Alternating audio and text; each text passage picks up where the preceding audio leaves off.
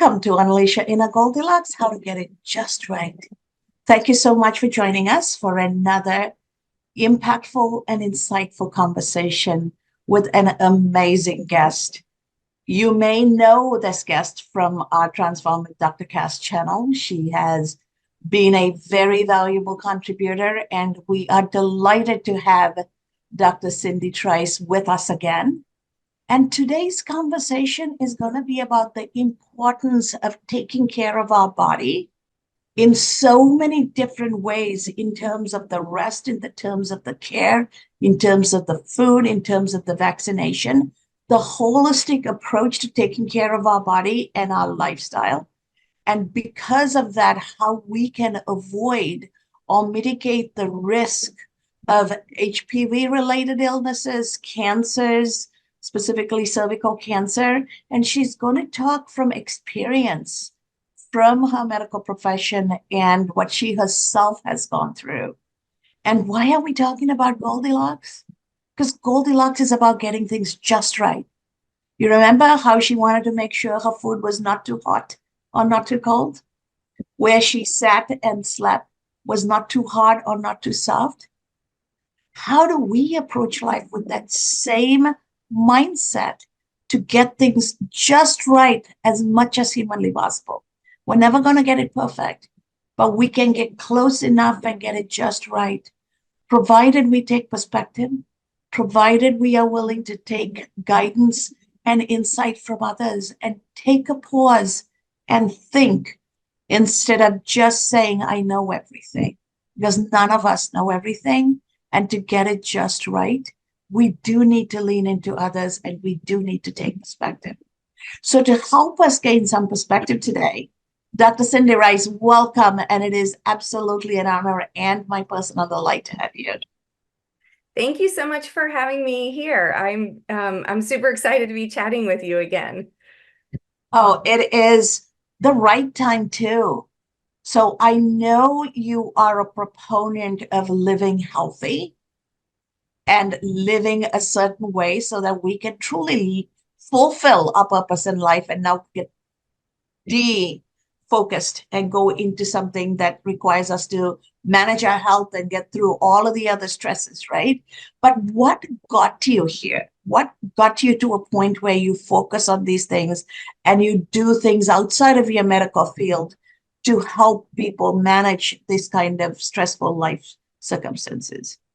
Well, I was always, I would say, fairly healthy in terms of, being somewhat athletic and liking to kind of keep up with exercise and things like that. I don't know. I grew up with a typical American diet. So, food was, I don't know, somehow I grew, my muscles and bones formed, and I grew tall-ish, and so somehow I grew. But so I can't claim to have had a nutritionally pristine life growing up, although I do care very much about nutrition now. But really, like, I didn't think about health all that much, and my health. I just sort of took a lot of it for granted. And but as a relatively young person at 35 years old, I was diagnosed with advanced cervical cancer, sort of out of nowhere, to me, seemingly out of nowhere. And so I suddenly, health and what can happen to your body, even when you're young, you started to become a much bigger player in how I thought about life and my health. That is sad and scary. So how did you deal with it? And where are you today because of it? Yeah, so I had just graduated from veterinary school. I'm a small animal veterinarian, see dogs and cats. But I had just graduated from veterinary school. I had started an internship, and I, had some abnormal bleeding. And so I went to the gynecologist, and, after tests and referrals and things like that, I was ultimately diagnosed with stage 2B cervical cancer, squamous cell carcinoma of the cervix. And that is considered advanced stage. It was too large for surgery to be effective. And so I had chemotherapy and radiation, external beam radiation, and something they call internal beam radiation, which is life-saving, but also could easily be described as medieval woman torture. But I'm happy I had it because it did save my life. But I often wondered, I was someone who had gone annually to a gynecologist, received my pap smears, and they were always normal. I never had an abnormal pap smear. And so I went from normal to advanced stage cancer in really less than 2 years, because I had skipped a pap smear my senior year of veterinary school. Not because I didn't go, but because the recommendation, if you had been normal previously, the recommendation had changed to every 3 years. And so they skipped that one. And then, months later, I was diagnosed. So yeah, definitely was changed the trajectory of my life in many, many ways.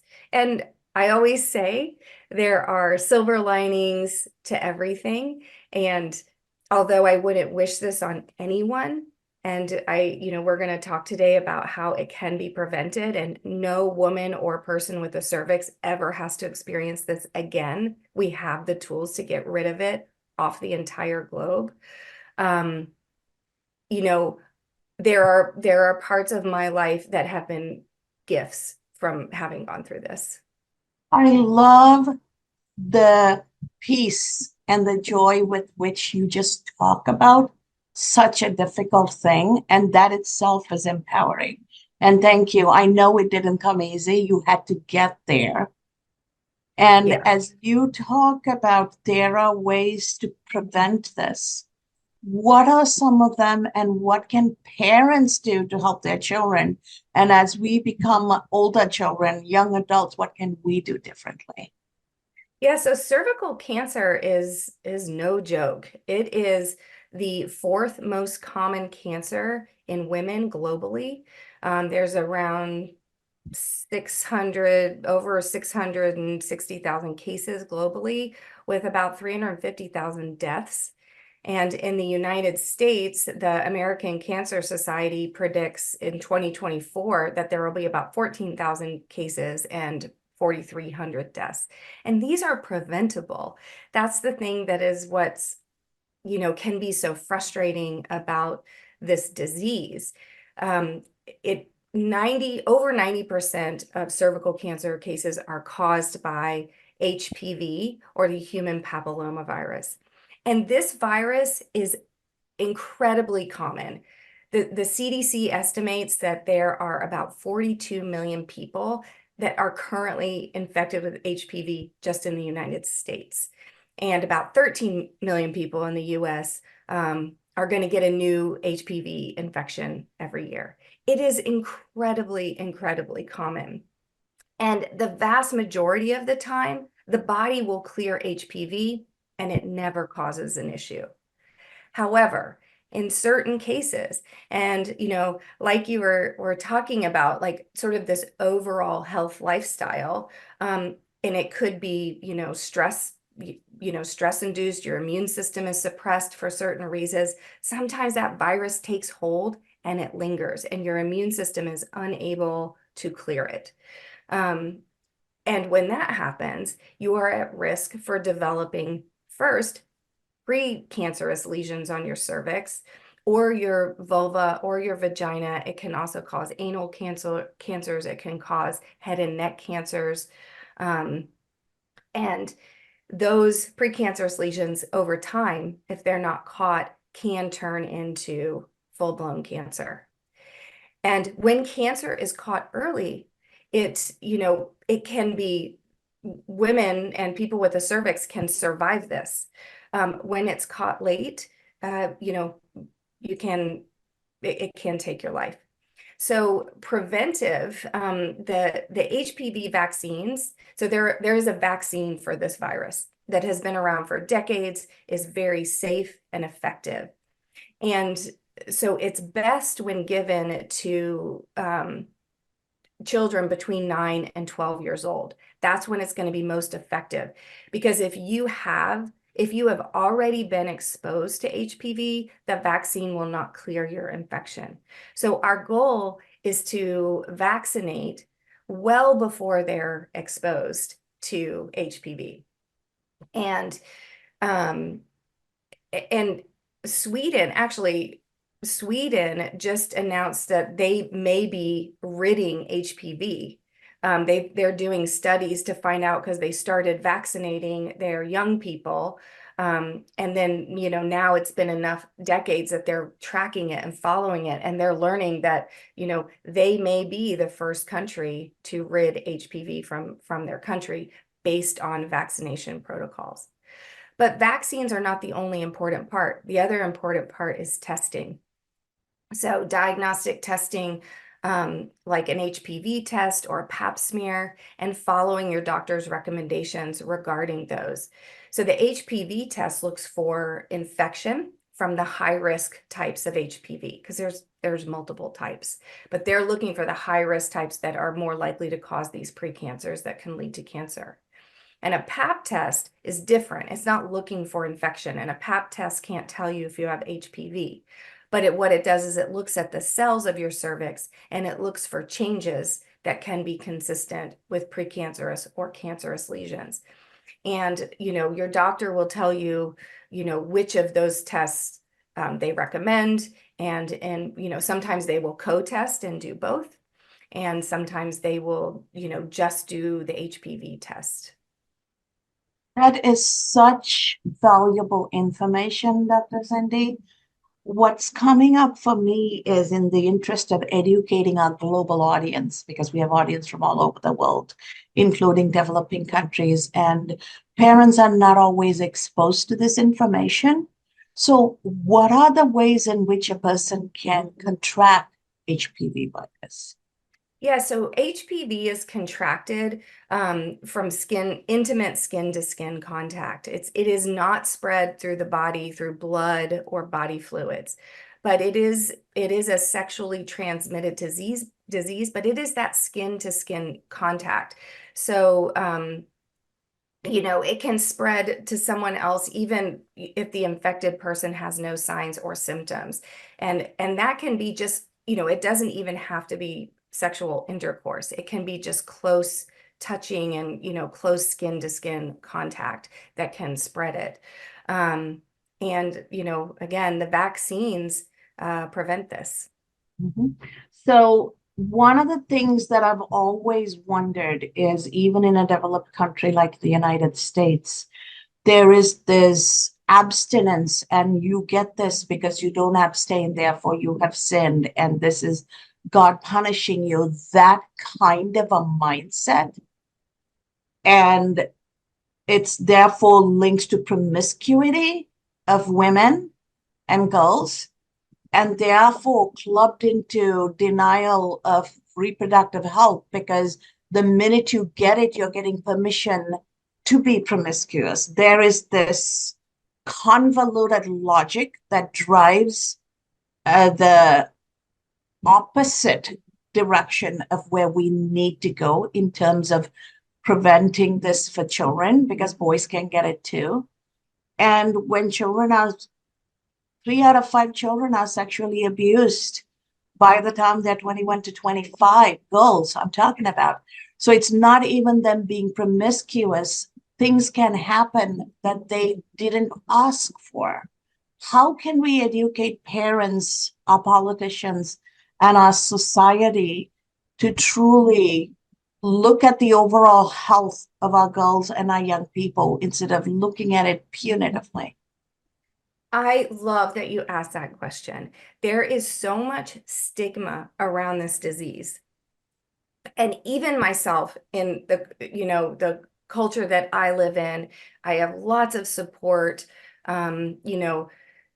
nobody ever in my, close world, my family, my friends ever made me feel shame. And even I was embarrassed. I felt the stigma. And I can only imagine in other, cultures or families or, circumstances, that stigma is going to be a gazillion times stronger than I felt it. One thing I noticed when I would tell early on, when I would tell people I had cancer or, I had survived cancer, it was interesting because I'm female. They would glance down at my breasts, right? Because we think breast cancer. I wouldn't correct anybody because I didn't want to say that I had what we call below the belt cancer because it's uncomfortable and it's embarrassing. And it truly wasn't until I became part of an organization called Cervivor, CER, VIVOR, so for cervical cancer survivors, and I met this group of women who either were going through it or had been through it. And we have conferences, we have these frank conversations about it, that I stopped feeling embarrassed and I started feeling, no, we have to talk about this. And Cervivor helps women talk about their story without shame. And I think, speaking of breast cancer, I think, in the United States, Susan G. Komen did an amazing job of changing the Susan G. Komen Foundation. That was started by Nancy Brinker, who was Susan's sister. And when they started this, they couldn't say things like breast in media. How crazy is that, right? It was embarrassing to talk about your breasts. And Susan G. Komen took it from that to save the tatas, right? Like putting, making, not only are we not ashamed about talking about it, we're gonna build this whole universe around it so that women can talk about it and not feel ashamed, so that we can help other women, prevent it from happening. And I think cervical cancer is having that same wave.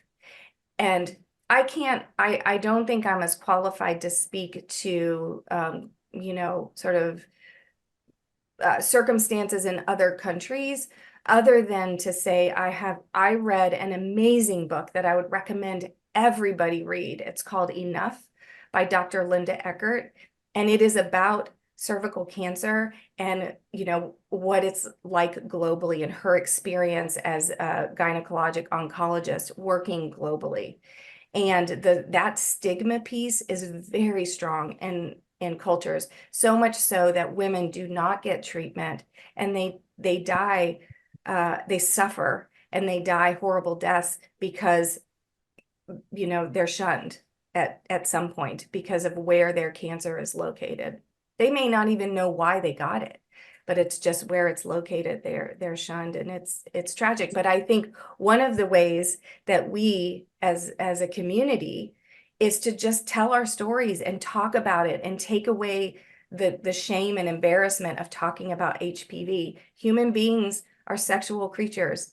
They're going to become sexually active at some point. And very much to your point, many women and boys, are girls and boys, are sexually abused and assaulted. So, I don't even like to use the term, so it's not their fault. Like, nor is it the fault of the, budding adult who becomes sexually active. It's not their fault either. Mhm. Because it is part of the biological growth and existence, right? And I always find it disturbing that only the female is stigmatized. Anything happens to the male, it's excused and not stigmatized. Yeah. And that is disturbing, especially in a country where 51% of us are women. That means women are stigmatizing women. Women are sitting in judgment of women. And, coming from the notion that we're a Christian country, whether we are legally or not, that is the notion.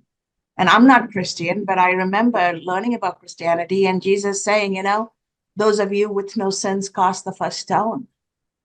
How can we embrace a aspect of Christianity that we deem as Christian and not follow the real teachings? To me, that is disturbing. The fact that 51% of the women go and vote to create public policy that dehumanizes women by taking away their reproductive health care. And we've gone more than 50 years back. The rest of the world is evolving. And when it comes to feminine rights and feminine reproductive health, we are devolving.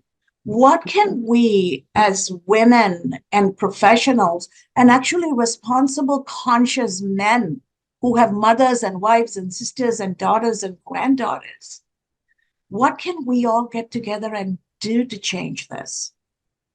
There are a lot of, well, I think the first thing is if you have children, get them vaccinated, and if you have friends with children in your social groups, don't be afraid to talk about it. And I know that in our society and likely in others, there's concern about vaccines, and nobody wants to do anything harmful, right? To put something harmful into their child's body. But I will tell you, having experienced cervical cancer and the treatment that saved my life, it's harmful to your body. It has life-changing consequences. And we know the vaccine is safe. It has been around for decades, and there is proof that this vaccine is safe with very minimal side effects. And certainly the side effects are way, if there are any at all, way less concerning than actually getting cancer. But so I think the other things we can do is we can talk about it. We can educate ourselves about it. So there's prevention, then there's, screening. Go to your screening. If you're a man and you have women in your life, make sure they're getting screened. Like men, you are part of this as well. And men can also get cancers from HPV. It's not just women. So, I would say screening is really important. Access to care is really important. Support organizations that support access to care to women. Sadly, cervical cancer affects different races disproportionately. Black women are more than twice as likely as white women to get cervical cancer and die from it. Poor people don't have access to care necessarily for screening, or have reasons that prevent them from screening. And actually, this is really cool because the FDA just approved a product for self-testing for HPV. Right now, my understanding is it is approved to be used in a medical office. Meaning, so the normal way that you would get the testing done is similar to how you would get a pap smear, right? You have to just sit on the table, you have to open your legs, they put the little instrument in there, they scrape the cells off your cervix. And so it's collected in a similar way. And for some people, that can be very traumatic. Nobody likes it. I don't know a woman out there, or a person with a cervix who's like, yeah, okay, can't wait for my pap smear, right? But for some people who have been, raped or had, other kinds of trauma or sexual abuse, or, who knows, that is an incredibly uncomfortable. Or for, trans people out there. So anyone with a cervix can get cervical cancer, whether you identify as female or not. And coming in and having your annual exam and pap smears done as a trans person can be tough and hard, but we need everyone to be screened. So this test allows you to do it privately. So think of like getting a urine test at the doctor's office or at the lab. You go in, they give you the cup, you go in, you bring it out. So this would be the same thing. But at some point, I think these will be approved, and it's possible they are in other countries, for home testing. So you can take this test at home and send it in and test for HPV. And that lets you know how closely you need to, follow up. So that privacy gives us the flexibility to do it in our own time and not allow the stigma to prevent us from going and validating. That is wonderful news. And before we open this up to our live audience to see if they have any questions, Dr. Cindy, what I would love to hear is, I know there are other ways you are supporting women going through these kind of scenarios and using your capabilities as an entrepreneur to make this happen for them. So take a moment and talk to us about what it is you're doing and how people can tap into that. So as a result of my experience with cervical cancer, I was treated, my chemo was given to me in the hospital. So a lot of times now women go to infusion centers to get their chemo. But for me, I was hospitalized and I would be on for a week, off for a week, back on. So I spent a lot of time in the hospital. My favorite gift was a pair of pajamas. And but they didn't have the right functionality for the medical staff.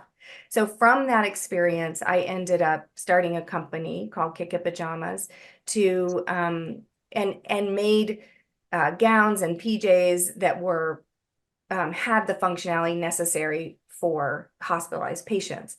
But we've expanded and we now have a full line of clothing that is designed for women going through all sorts of cancer treatments. And, you know, we do things like to have a little looser fit if you have lymphadenopathy. We have pockets for drains or other medical equipment. We have it so you don't have to pull it over your head if you're feeling weak or you know, perhaps for surgical reasons you can't. The pants are designed if you've got scars or radiation burns to help you, you know, feel more comfortable. We've designed clothing for you to go out and wear out in the world, you know, because, you know, even when you're in cancer treatment, you're still going to the grocery store, you're still picking up your kids from school, possibly. You're still doing lots of the regular things of life, but you need clothes that are both beautiful and comfortable and functional for your needs. And the big thing about KickIt Pajamas I would love to share is that, you know, while we are a for-profit company, our goal is to give back, and we give back a portion of sales to access to care for women, to organizations that support access to care and other cancer organizations. So we are, when you buy from KickIt Pajamas, you can know that your purchase is giving back and helping to, our whole goal, the reason it's called KickIt Pajamas is our goal is to kick cancer off the planet. Thank you. That is so powerful and so meaningful. Thank you so much for everything you do, Cindy. And let me open this up to our live audience. We have a few ladies here. I'm sure they have questions or thoughts. Go ahead, ladies. Hi, thank you for this very important subject that you're talking about. A, a lot of one of the things I wanted to address, something that Dr. Kass brought up about the stigmas with health, and I wanted to say that a lot of negativity with women's health and vaccines in general today. And I personally think it's because of an erosion of trust within the medical society and communities in general. And my personal belief, it's because, you know, that we're treating medicine as a business and not a social enterprise, which is what it always has been. And so it's very close to my heart, all these things about how to bring medicine back to where it was, right? It was about like relationships between doctors and their patients, so that we could support and we can give people the correct information about things, you know, instead of letting rely on the internet on all these false narratives. And thank you. I just wanted to say thank you so much for bringing up this awareness of the HPV vaccine. And I know there's a huge drive and there's a lot of resistance for parents to do this with young children. So anything we do to create that awareness and make it a positive is wonderful. And thank you so much for your work. and Dr. Cass for having this person on and bringing up this big topic. Thank you, Dr. Menon. We appreciate you. Yeah, thank you for that comment because I couldn't agree with you more. I feel like, there has been a loss of trust in medical institutions and government institutions. It has started to feel more like a business. I think, insurance is involved, with, there's like this push and pull of like, I want to pay as little as possible, but we want to follow the studies and the data and screen and save lives. And I think that women get caught in that fight and that friction between, is this a business? Is this a social good? Do we all have a right to good health and good health care? So I couldn't agree with you more. And I certainly don't know how to fix that giant monster of a problem other than, what's the saying? Act locally, think globally, is just to do what I can do, share my story, and hopefully there will be people listening and you can change at least one mind. Actually, I have this great story. Can I tell this Yes, great please. story? Okay. So this was a great story because we were talking. So I was at a Cervivor conference, and we were going to screen a documentary on cervical cancer. And we were going to a different place. We were in Seattle, and we were going from our hotel to this little event center. And the bus driver, a man, was, our bus driver. And then he came in and he was going to drive us home too. So he sat and he was listening and he watched the documentary. And at the end, there were, asked, were there any questions? And he was just floored. He had listened very intently to the entire thing. And he was like, can men get this? And so, we kind of described, and he said, I can't remember exactly how he said it, but the gist of it was that he said, I don't want anyone in my life to ever experience this. He was so moved. He knew nothing about cervical cancer. I don't even think he probably knew what the cervix was or where the cervix was. And he was so moved by it. And he said that he was going to go tell all his guy friends. And I was like, you never know. You never know when you're out there telling your story, when you're out there talking, who's listening and who's going to be positively affected. And I just love that story because we changed that guy's mind. Absolutely. And when you change one person's mind and they change one person's life, it is worth it. Every life we change is worth it. So thank you so much, Dr. Cindy, for what you do. Robin, Precious, any thoughts, any questions before we wrap this up? Sure. A question I'd like to ask is, what would you say is like the biggest challenge you have faced in doing this work, either externally or internally? I would say it honestly has been I was kind of, well, like I said, I felt the stigma. So I went through my treatment. I went through treatments in 2004. And I went through my treatments and then I was done. I didn't know a single other person with cervical cancer. And kind of over the years, people who were close to me knew, and maybe they had a friend who had had an abnormal pap smear. And so I remember talking to people intermittently over the years, but nothing big. I never identified as a survivor. And I started KickIt Pajamas sort of much later. I had the idea early on, but I didn't actually spin it up till much later. But at one point, I stumbled across Cervivor. And the first conference that I went to, I kind of felt uncomfortable going. I was like, oh my gosh, I'm so far out from my cancer.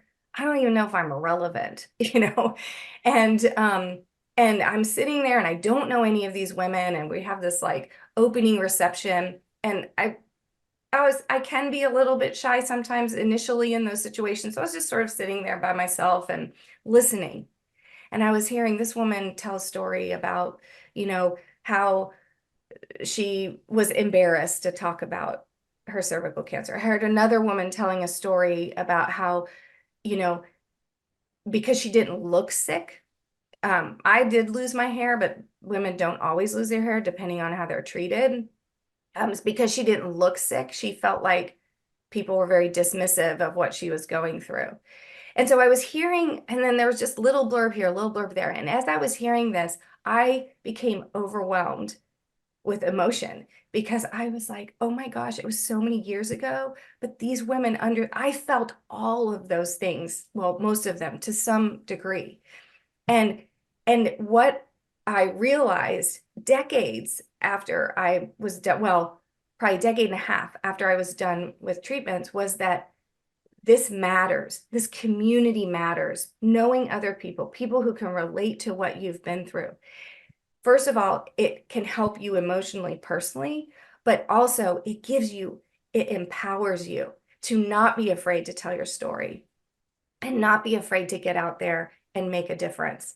And I'm sorry that I spent all those years being quiet. I wish I had spent all those years being loud about it. But I'm so grateful for this organization and teaching me how important this is and how important it is to tell the story. And that actually, as a 20-year survivor in October, I'll be 20 years done. That is actually a beacon of hope for women who are going through this. Thank you. Thank you for that, Cindy. And thank you for the wonderful question. Go ahead, Precious. I just want to tell you, I appreciate this so much. And you used some words just now about empowerment. You talked about support. So even though such an unfortunate circumstance, we call it that, happened, so much good has come from it. The way you're loud now, KickIt Pajamas, and the share, the honesty that you're able to give now, the latter can even be stronger than what you even claimed, the medieval torture. And so I feel that.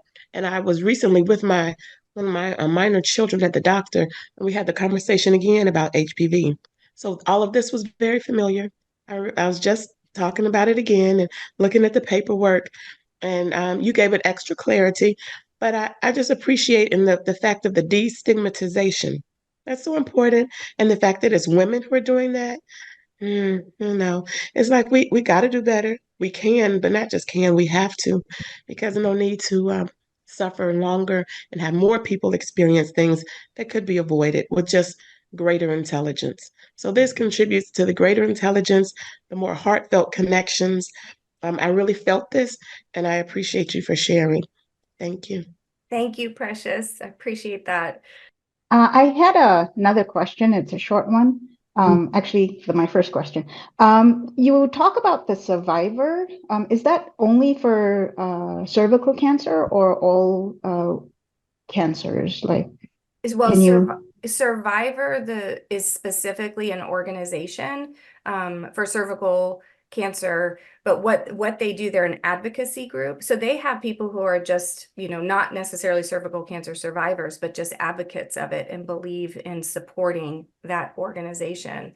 But yeah, it was started by a woman named Tamika Felder, who is just incredible, and please look her up. She's got some incredible stories about like fertility. She now has a baby thanks to another cervical cancer survivor who donated the embryos to Tamika. So she is on, she was at the White House Moonshot Cancer conference just recently, and she's been appointed to the White House to be on that. So Tamika is this incredible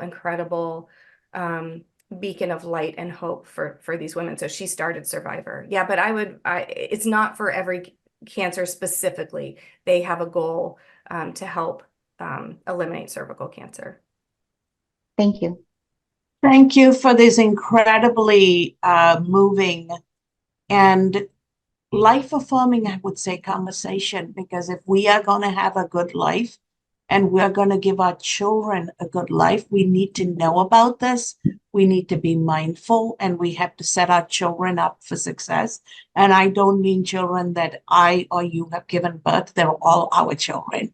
So we have a collective responsibility. And in closing, do you have any word of wisdom or a wish you have that people will take up the cause and follow? What I would say is, please, if you have children, talk to their doctor about getting them vaccinated. Educate yourself on it. And also, if you are someone with the cervix, please don't ignore your screenings. Go get screened. It can be life-saving, and not only life-saving, but save women from, or people with the cervix from, a lot of discomfort, loss of fertility, things like that can really change the course of your life. Thank you so much, Dr. Cindy. I truly appreciate you. I know the community appreciates you, and we as a human society need to start having these conversations. And to our audience out there, when our cat or a puppy dog gets sick, we run to the vet, we take care of it. We do everything to prevent our pets from getting sick.